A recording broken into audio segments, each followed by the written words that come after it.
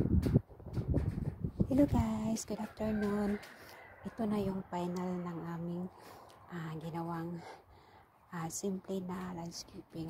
Ito pala guys, ano siya, bark ng kahoy. Ito siya yung nadala ng moisture. Kaya black ito siya kasi pinintalan siya ng black. Yan. Para may naman yung kulay, mayroong brown, mayroong red. Ang pinili ko ay black. Yan siya. Yan ang final na nilagay namin sa aming simple na landscaping. Ito kasi yung bark na yan, magdala ng moisture. Yan, gumamit kami ng 15 bags.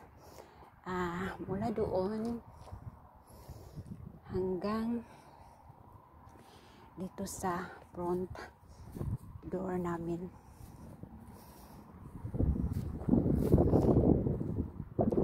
Ito siya.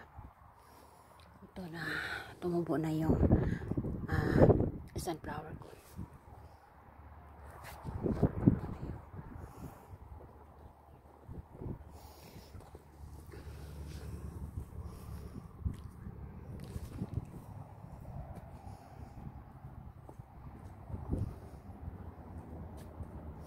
Maganda kasi ang black. Kasi pag nag-fade siya, magiging brown. Yan. Kasi hindi naman habang buhay na black ito.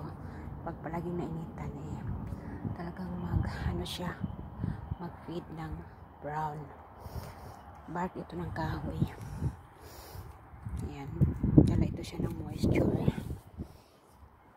Kung didiligan mo, sa loob, sa ilalim pala, mag-moist siya. Kaya hindi mamatay yung mga tanim.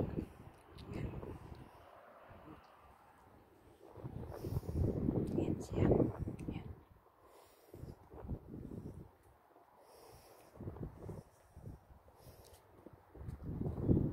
Dito sa kabila hindi pa siya.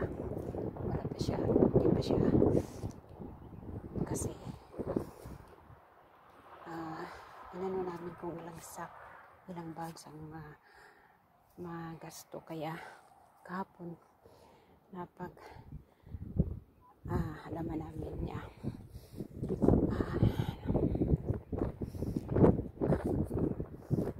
mula dito hanggang sa pinakadulo doon 15 bags pala. So yung sa kabila, so gagasta ng 15 bags. May sa likuran pa rin, mayroon pa rin. Gagawa namin ng landscaping. Ito yung pink rose pala kasi pink rose. Ito yung parang puti ata to. Yan.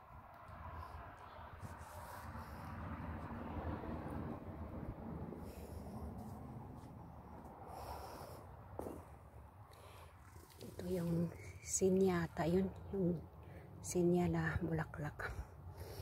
Kaya kung magtanim ka, anuin mo na lang dito, pwede tamnan. Ayan.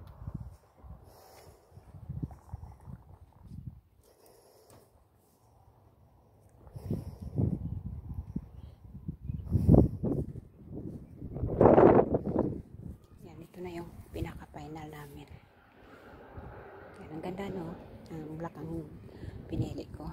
Yung doon sa fruit trees namin, ang nilagay namin ay red na ganito yung bark kasi may kulay-kulay siya, kaya maganda pala ang black kasi nakikita yung green. O sige guys, hanggang dito na lang.